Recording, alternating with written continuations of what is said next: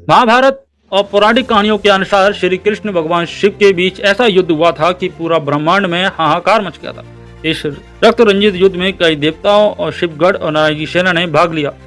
पौराणिक कहानियों के अनुसार माना जाता है कि महादेव और श्री कृष्ण के बीच ये युद्ध कई वर्षों तक चलता रहता था। पौराणिक कहानियों के अनुसार महादेव को अपने भक्त वाणासुर की रक्षा के लिए युद्ध करना पड़ा। आइए जानते हैं भगवान शिव और श्री कृष्ण के बीच युद्ध की कहानी। भगवान शिव और श्री कृष्ण दोनों भगवानों को एक दूसरे का भक्त कहा जाता है। पौराणिक कहानियों के अनुसार भगवान शिव और श्री कृष्ण एक दूसरे के आराध्य ही नहीं माने जाते, बल्कि ये भी माना जाता है कि ये दोनों ही देवता एक दूसरे के हृदय में वास करते हैं। लेकिन महाभारत और कई पौराणिक कहानियों में भगवान शिव और श्री कृष्ण के युद्ध का भी उल्लेख मिलता है। इस पौराणिक कहानियों के अनुसार एक बार भगवान शिव और कृष्ण के बीच युद्ध छिड़ गया था। भगवान शिव और श्री कृष्ण के बीच युद्ध की कहानी।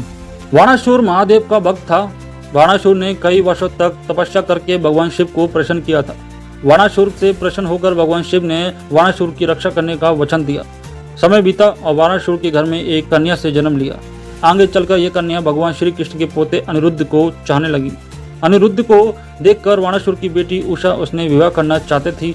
एक दिन उसने अपने मन की व्यथा अपनी सहेली चित्रलेखा को बताई।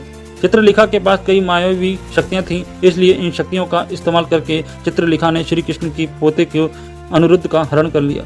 वाणासुर के महल में पहुंचकर अनिरुद्ध को चित्रलेखा से सारी बात पता चली।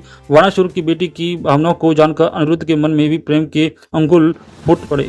इसके बाद अनिरुद्ध और उषा ने गर्भवतन विवाह कर लिया। जब ये बात वाणासुर को पता चली तो उसने बीच मार्ग से ही अनिरुद्ध का अपहरण करके उन्हें बंदी बना लिया।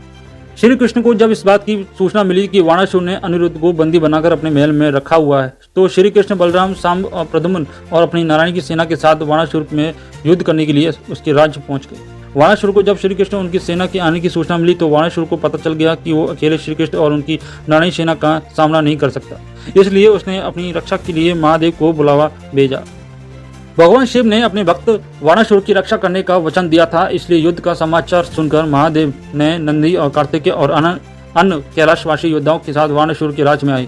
जब भगवान शिव ने श्री कृष्ण को अपनी नारायण सेना के साथ देखा तो उन्होंने अपने भक्त वाणासुर की रक्षा करने के लिए श्री कृष्ण ने युद्ध करने का निश्चय लिया। श्री कृष्ण की नारायण सेना और महादेव के कैलाशगढ़ सभी आपस में युद्ध करने लगे। चारों तरफ भीषण रक्तपात हो रहा था। इधर महादेव भी अपने भक्त की रक्षा करने के लिए श्री कृष्ण से युद्ध कर रहे थे। दोनों देवताओं ने एक दूसरे पर कई शस्त्र छोड़े। भगवान शिव ने श्री कृष्ण पर पशुपाताल से आक्रमण कर दिया। इसका उत्तर देते हुए श्री कृष्ण ने महादेव पर नारायण शस्त्र से प्रहार किया। महादेव और श्री कृष्ण के बीच इस भयंकर युद्ध से सृष्टि से हाहाकार मच गया। जब श्री कृष्ण ने देखा कि महादेव अपने भक्त की रक्षा के लिए प्रतिबद्ध हैं और उनके रहते हुए वाणासुर को कुछ नहीं हो सकता, तो उन्होंने महादेव का मान रखते हुए उन पर निधास्त्र का प्रयोग किया, जिससे महादेव गहरी निद्रा में सो गए। भगवान शिव के निद्रा में जाते ही भगवान श्री कृष्ण ने वाणासुर से युद्ध करना शुरू कर दिया। श्री कृष्ण ने वाणासुर को अपनी भूल सुधारने के लिए कहा, लेकिन अहंकारी वाणासुर ने उनकी कोई बात नहीं मानी। तब श्री कृष्ण ने वाणासुर की भुजाएं काट दी। जब वाणासुर की 4 भुजाएं शेष रह गईं तो महादेव निद्रा से जागे और श्री कृष्ण से फिर से युद्ध करने लगे। इस भयंकर युद्ध का कोई निष्कर्ष नहीं निकला। इस भयंकर दृश्य को देखकर सभी देवता ब्रह्मा जी के पास पहुंचे और ब्रह्मा जी ने माता दुर्गा का आह्वान करते हुए भगवान शिव और कृष्ण के युद्ध पर विराम लगाने की प्रार्थना की। देवी दुर्गा जब रणभूमि पर पहुंची तो महादेव और श्री कृष्ण सहित सभी योद्धाओं ने देवी दुर्गा को नमन किया। तब देवी दुर्गा ने भगवान शिव और श्री कृष्ण से युद्ध की समाप्ति का निवेदन किया। देवी दुर्गा ने श्री कृष्ण से विनम्रता पूर्वक कहा, हे माधव, वाणासुर आपके भक्त का वंशक है और अपने प्रदात को वरदान दिया था कि उनके वंश का कोई भी मनुष्य आपके हाथों से नहीं मारा जाएगा। देवी दुर्गा की बात सुनकर श्री कृष्ण मुस्कुराकर वाणासुर को देखा। देवी दुर्गा की बात सुनकर वाणासुर अपनी भूल का पश्चाताप हुआ।